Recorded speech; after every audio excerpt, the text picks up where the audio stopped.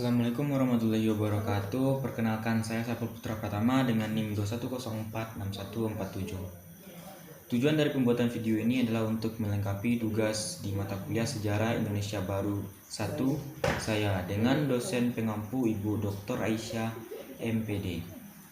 Nah, di sini saya akan membacakan hasil dari yang saya telusuri, yaitu mengenai materi tentang berdirinya Kesultanan Samudra Pasai, peran Samudra Pasai dalam penyebaran Islam dan juga kemundurannya.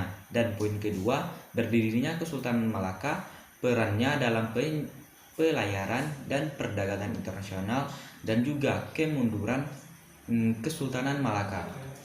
Baiklah, di sini saya akan membacakan materi saya, yaitu satu, Samudra Pasai. Satu, berdirinya Samudra Pasai. Kerajaan Samudra Pasai terletak di Aceh dan merupakan kerajaan Islam pertama di Indonesia yang berkuasa dari abad ke-13 dan abad ke-19. Kerajaan ini didirikan oleh Maurasilu pada tahun 1267. Dan yang setelah masuknya Islam bergelar sebagai Sultan Malik Al-Saleh yang merupakan raja pertama kerajaan Samudra Pasai.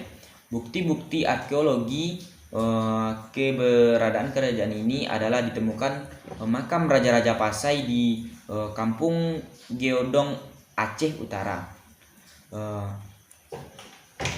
Peran kerajaan Samudra Pasai dalam penyebaran Islam. Sebagai kerajaan Islam pertama di Indonesia, Samudra Pasai menjadi pusat perdagangan dan persinggahan dari berbagai negara. Menurut catatan Marco Polo dan Ibnu Battuta, sebagian besar penduduk Samudra Pasai memeluk agama Islam yang bermazhab Syafi'i. Samudra Pasai berjasa menyebarkan agama Islam ke seluruh pelosok Sumatera, bahkan menjadi pusat penyebaran agama. Samudra Pasai pernah mengirim ulama ke Jawa, salah satunya Fathahilah yang menjadi panglima Demak yang penguasa di Cirebon. Kebanyakan mubalik Islam yang datang ke Jawa dan daerah lain berasal dari Pasai. Eratnya pengaruh kerajaan Samudra Pasai dengan perkembangan Islam di Jawa juga terlihat dari sejarah dan latar belakang para wali songo. Peranan Pasai kemudian menurun setelah perkembangan Pelabuhan Malaka dan juga menjadi pusat dakwah penyebaran Islam di Nusantara. Perkembangan Islam di Nusantara.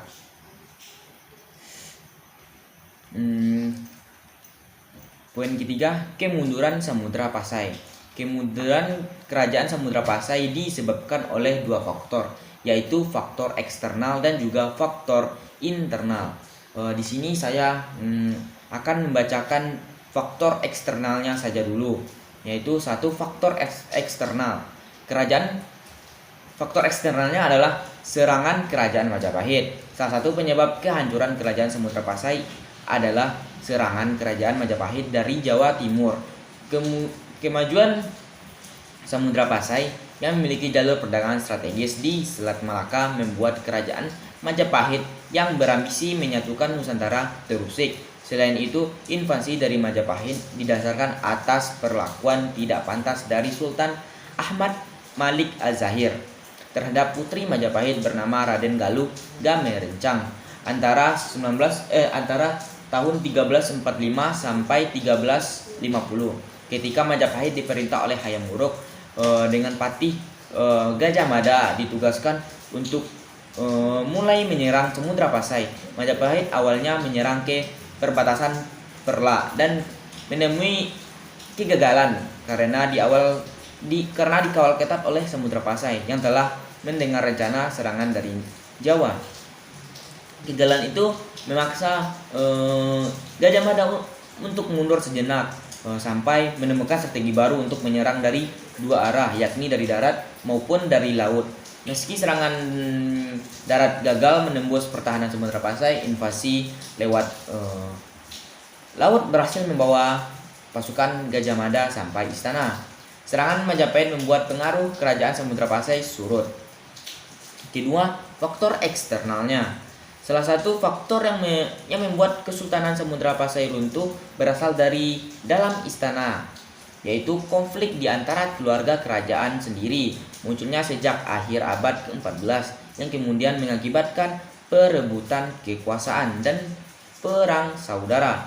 Untuk meredam pertikaian itu, Sultan Pasai meminta bantuan kerajaan Malaka yang berhasil dilakukan, namun bantuan dari kerajaan Malaka juga menimbulkan dampak lain yang mengantarkan pada akhir dari kerajaan Samudra Pasai. Baiklah, selanjutnya materi kedua yaitu tentang Kesultanan Malaka. Poin satunya yaitu berdirinya Kesultanan Malaka. Kerajaan Malaka yang merupakan jalur pelayaran dan perdagangan internasional. Kerajaan Malaka berdiri pada abad ke-15 sampai runtuh pada abad ke-16. Kerajaan Malaka didirikan oleh Parameswara, seorang pangeran Hindu keturunan Palembang. Kerajaan Malaka merupakan kerajaan Islam tertua di Asia Tenggara. Kerajaan ini cepat berkembang, bahkan mengambil alih pelayaran dan perdagangan dari kerajaan Samudra Pasai. Pada sekitar tahun 1400, Malaka masih merupakan kampung kecil yang penduduknya terdiri dari bajak laut dan penangkap ikan. Kondisi itu mengakibatkan rasa aman para Meswara dari ancaman Siam.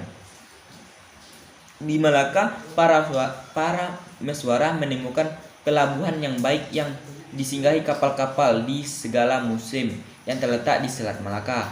Berkat bantuan para pelaut dan orang Melayu yang datang dari Palembang, para Meswara dengan cepat membangun pemukiman yang besar di Malaka, yang pada akhirnya ia berhasil membangun Malaka menjadi pelabuhan internasional yang membentang dari Cina dan Maluku di timur sampai Afrika Timur dan Laut Tengah di barat. Sebagai salah satu kesultanan Melayu yang pernah mencapai puncak kejayaan pada abad ke-15, Malaka merupakan bandar niaga terbesar di Asia Tenggara.